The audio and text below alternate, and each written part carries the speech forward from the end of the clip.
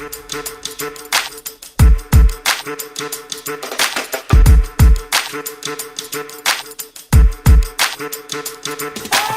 everyone, let's see if we can change their minds tonight. Matt, what are we talking about? All right, guys. So news out of Israel is after an 11-day ceasefire agreement with the new, call it regime, man, with the new regime coming into power after Netanyahu got ousted. The continuation the same. We had tensions. We had tensions in Israel.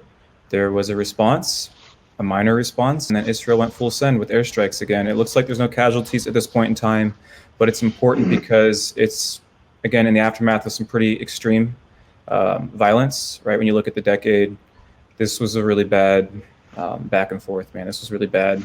And it's just 11 days after, and it's with the changing government. So it's important.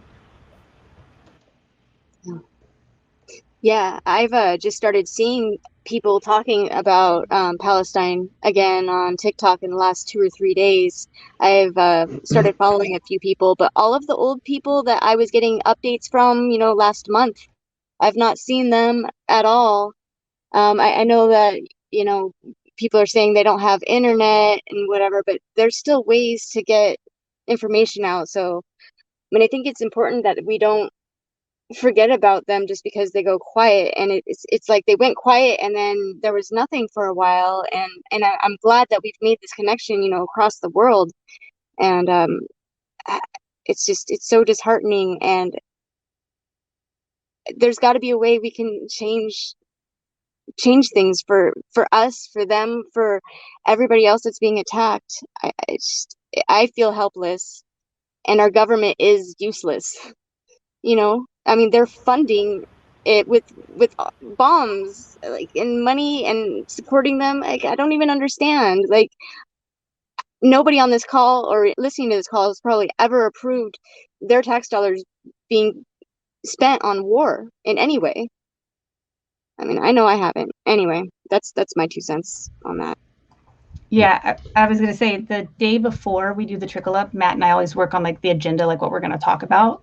But this particular story, I was researching up to the last possible minute, just because it is everything is relevant and changing constantly. But at the time that I did finish, before I gave it to everyone at noon specific time, no casualties had been reported. So I was I'm glad that that's kind of a silver lining to the horrific situation. But yeah, it's not good. I think it's meet the new boss, same as the old boss. And Bennett's a tech guy, but he's also a far right guy, just like Netanyahu was. And I think this is his way of saying, don't think you're going to be able to get any kind of things like freedom or rights while I'm in charge. Don't think it's going to be any easier with me sitting in this house. And I think we're fortunate that there was no casualties so far, but I think that situation is not going to hold. And the Biden administration is pretty much useless in reining this in. There are far too many Christian evangelicals in our country that support Israel in whatever it does, simply because they believe Jesus is going to be coming back and needs Israel intact to do so, and that it's part of prophecy. And then, they've kind of pulled this one-ender in a lot of ways, where if any criticism of Israel suddenly becomes anti-Semitic. And one can criticize the nation of Israel without criticizing the Jews in it necessarily. You criticize the ideas and the actions that the government is taking, not Jewish people. And there's a big difference there between the two. And we can never be afraid to criticize the actions of a foreign government just because they're made up of a minority or a certain ethnic group or anything like that. So, yeah, it's been a shit show for a long time, and it's going to continue that way. And I certainly don't like my tax fund, money going to this kind of nonsense, that's for sure. But anybody that really wanted peace would pull those dollars out, and you'd see some significant change pretty quickly, I think. Yeah. So what started this was so basically, it's fucked up, man. It's just so fucked up. So Israeli nationalists wanted to march in Jerusalem to celebrate a significant day when you look back in history, 1967, which was them taking over land, which is contentious land right now. It's contentious internationally, okay? So Israeli nationalists, and remember, Bennett is a far-right member of the government. He just came into power, so these are his people. They wanted to march. Israeli police shut down shops, cleared out Palestinian people, and they were allowed to march. And so, yes, some Palestinians threw rocks after their businesses got shut down. Police moved people out. You can imagine what that looks like in certain cases. So yes, the people responded to government force, right? And then, of course, the Hamas responds because Hamas occupies a leadership position and the opposition, right, which is an impossible task to do, but they try to do it. And so, of course, yes, they responded with some fire balloons, incendiary balloons. And so naturally, Israel thought, you know what, we should fucking send some rocket strikes and possibly kill some kids today.